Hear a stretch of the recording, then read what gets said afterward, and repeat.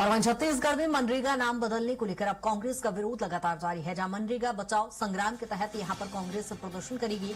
10 जनवरी 2026 को जिला स्तरीय प्रेस कॉन्फ्रेंस का भी आयोजन किया गया है, जहां 11 जनवरी को एक दिवसीय उपवास और प्रतीकात्मक विरोध यहां पर कांग्रेस की ओर से देखने को मिलेगा। 12 जनवरी से लेकर 29 जनवरी तक पंचायत स्तर पर यहां पर जनसंपर्क भी कांग्रेस की ओर से किया जाएगा और इसके साथ ही 30 जनवरी को वार्ड स्तर पर शांतिपूर्ण धरना प्रदर्शन होगा।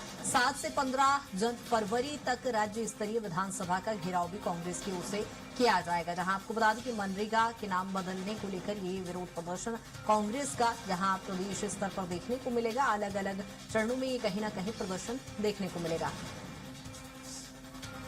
राहुल ज्यादा जानकारी के साथ बने हुए हैं। राहुल, जहां मनरेगा के नाम को लेकर यहाँ पर सियासत देखने को मिल रही है।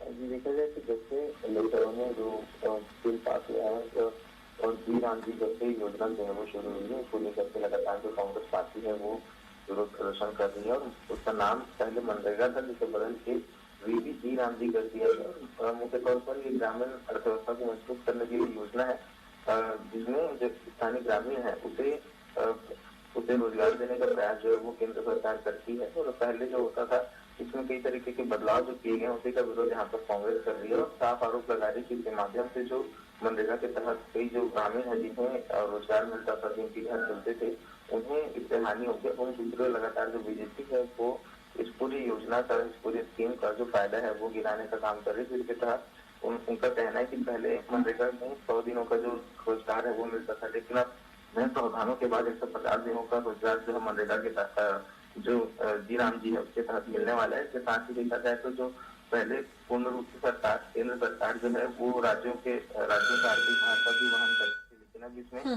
60-40 के रेशियो में जो बदलाव है वो कर दिया गया है, जिससे 60% केंद्र सरकार और 40% राज्य सरकार को देना होगा।